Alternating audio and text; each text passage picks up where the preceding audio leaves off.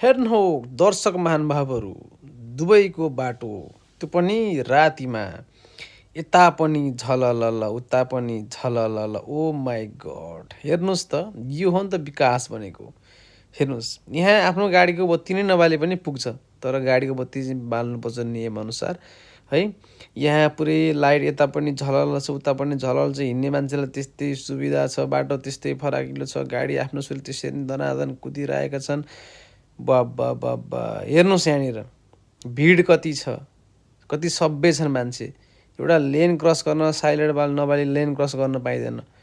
Lane cross गर्न चारतिर हेर्नुपर्छ, तब पो भन्छ देश विकास। देशको विकास हेर्नुहोस् न, देशको विकास यसरी हुन्छ क्या। यो त के हो, यो त उदाहरण मात्रै हो तपाईँहरूको लागि।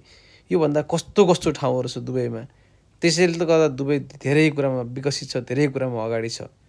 कहिले हुने हाम्रो देश यस्तो? तर दुबई जे छ बवाल छ।